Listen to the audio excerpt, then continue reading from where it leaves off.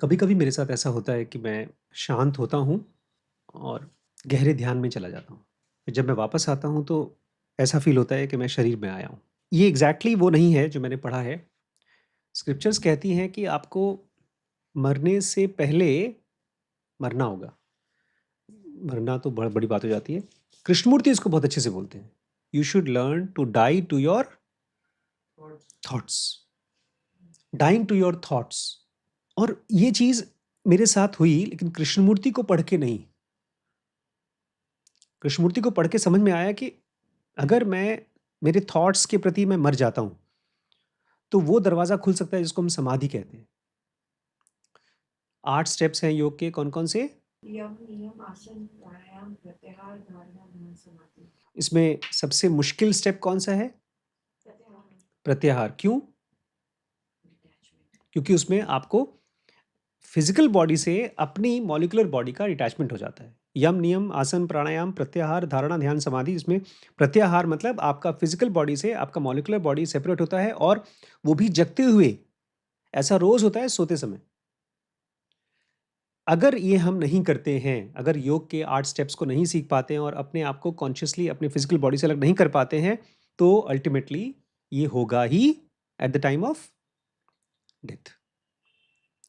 और फिर हम केवल ऐसे मरेंगे जैसे बॉडी, और हमारे आस-पास के लोग भी ऐसे रोएँगे जैसे बस बेचारा एक इंसान था, बॉडी था, मर गया।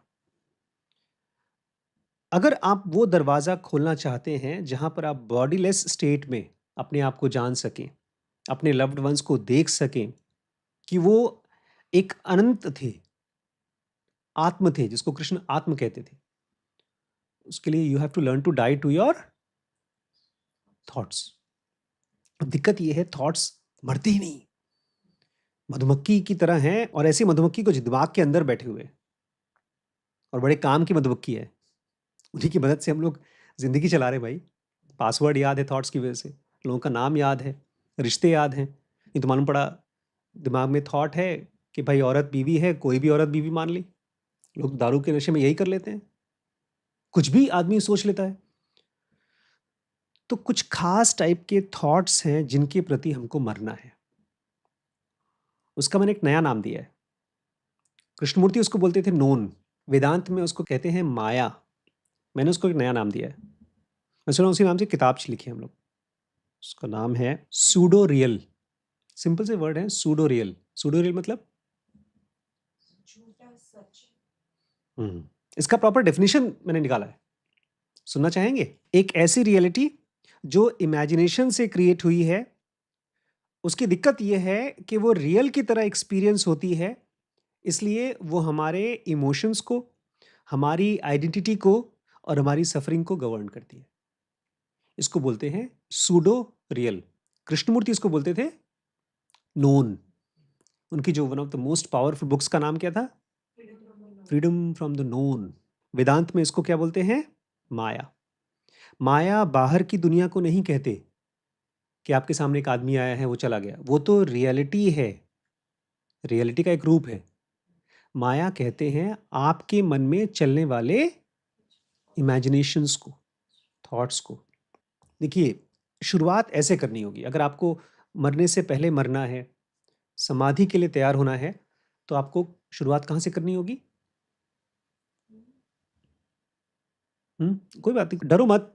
हुँ, नोन से, कोई ऐसी चीज़ से जिसको आप कह सकते हैं सफरिंग है और बार-बार मैं क्रिएट कर रही हूँ। बुद्ध का ये स्टेटमेंट बार-बार याद रखिए। 4 नोबल ट्रुथ, सबसे पहला नोबल ट्रुथ क्या है? There is suffering. बट ये भूल क्यों जाता है? क्योंकि सफरिंग होगी, तभी मैं उस सफरिंग के ऊपर एक्शन लूँगा। तो ये भूल क्यों जाता है? क्योंकि सूडो रियल सफरिंग को भी शुगर कोट करके जॉय की तरह दिखाता है। बहुत सी ऐसी चीज़ें हैं जो एक्चुअली सफरिंग हैं, लेकिन हमको नहीं पता चल रहा है सफरिंग है। फिजिकल लेवल पे तो सफरिंग है ही, वो तो मजबूरी है। उसकी बात नहीं कर रहे हैं। मेन सफरिंग क्या है? साइकोलॉजिकल सफरिंग, जिसको हम कहते हैं दुःख। दुःख बॉडीली पेन को नहीं कहते, वो तो सारे जीव-जंतुओं को होता है, जानवरों को होता है और उससे बहुत लाइफ में दिक्कत नहीं होती। मेन दिक्कत होती है जब वो दुःख हमारा मेंटल नॉइज़ बन जाता है। किसी को कैंसर हुआ, ठीक होता है तो ठीक है, नहीं होता है तो वो मर जाएगा, लेकिन वो दिमाग में घबराहट, डर, एक आइडेंटिटी बन जाती है। देखिए, बॉडी एक ऐसी परफेक्ट इंस्ट्रूमेंट है कि वो ऑलमोस्ट सब कुछ अपने आप से रन करना जानती है और बीच-बीच में आराम करना भी जानती है।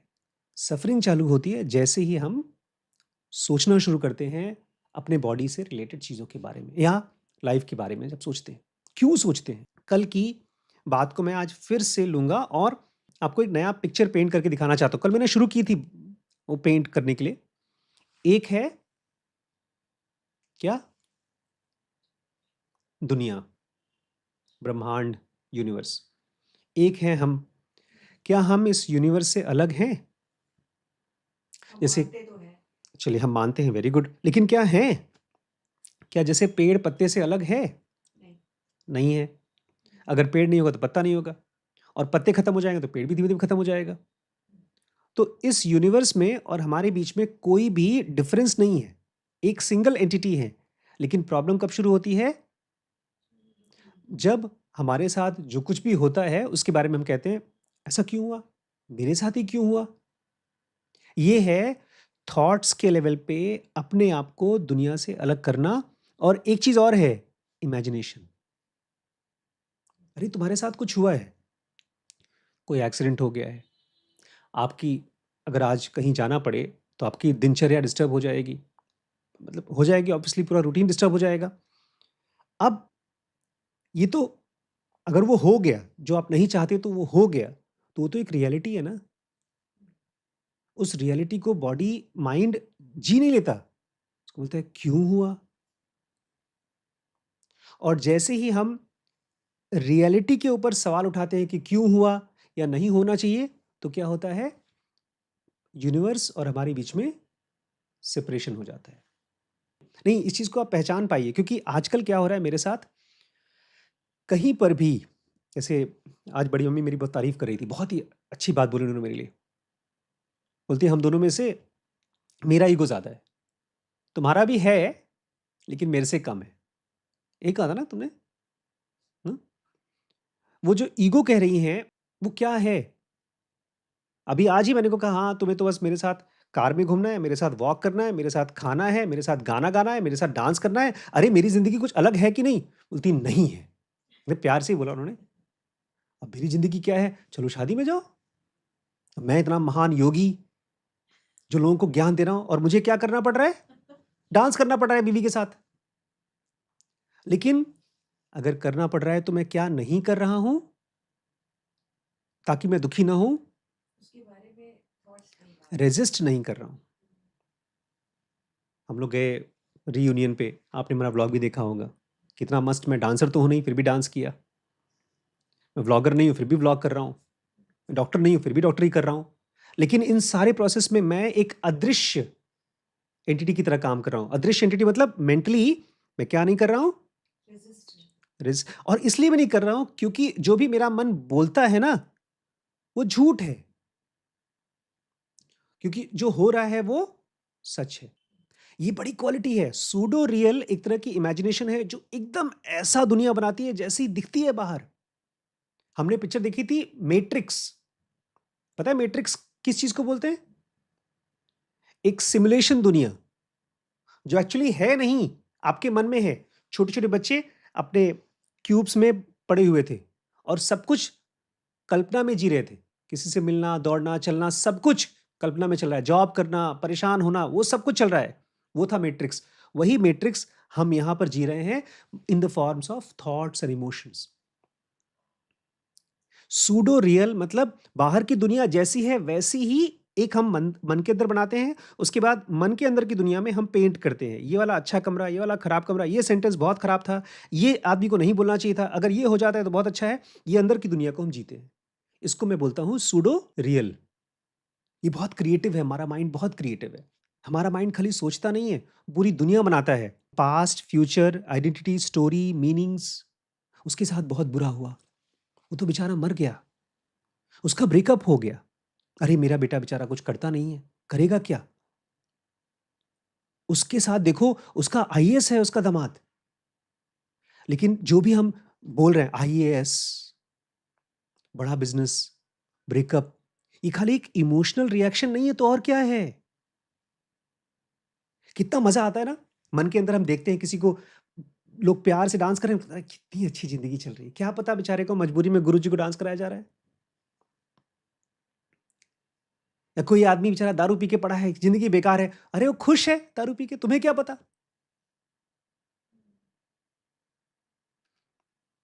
अपने माइंड की क्रिएटिव पावर को प्लीज पहचानिए।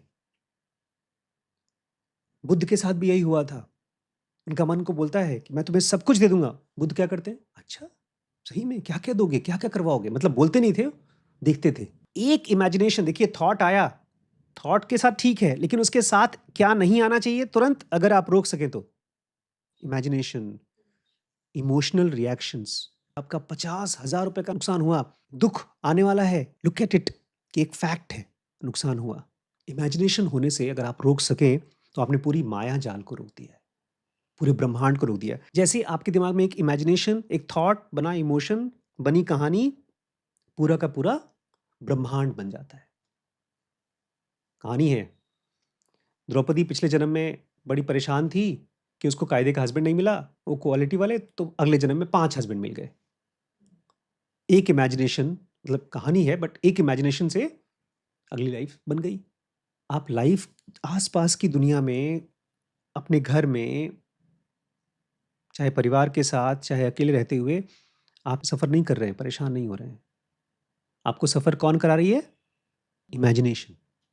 सवाल ये है कि हमने क्या इसको चूज़ किया है? इमेजिनेशन करना, ये जन्म लेना, क्या हमने चूज़ किया है या लाइफ दे रही है? एक्सीडेंटल था? हम पूछते हैं, अच्छा ठीक है, ये सब कहानी तो मैं समझ गया। दुःख है, परेशानी है, इमेजिन करते हैं, लेकिन ये सब क्यों है? ये सब अपने आप है कि हमने क्रिएट किया है? ये जो भी थॉट चला वो क्या है? इमेजिनेशन है। इसमें भी हमारा थॉट मीनिंग मांग रहा है। बताओ किसने क्रिएट किया? देखिए, यम, नियम, आसन, प्राणायाम, प्रत्याहार, धारणा, ध्यान, समाधि। समाधि का मतलब है आइडेंटिफिकेशन।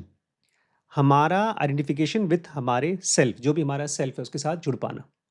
और वो ऐसा अभी नहीं हो रहा है क्योंकि हम अभी हैं कोई ऐसी चीज़ जो इस बॉडी के साथ में अपने आप को आइडेंटिफाई करते हैं।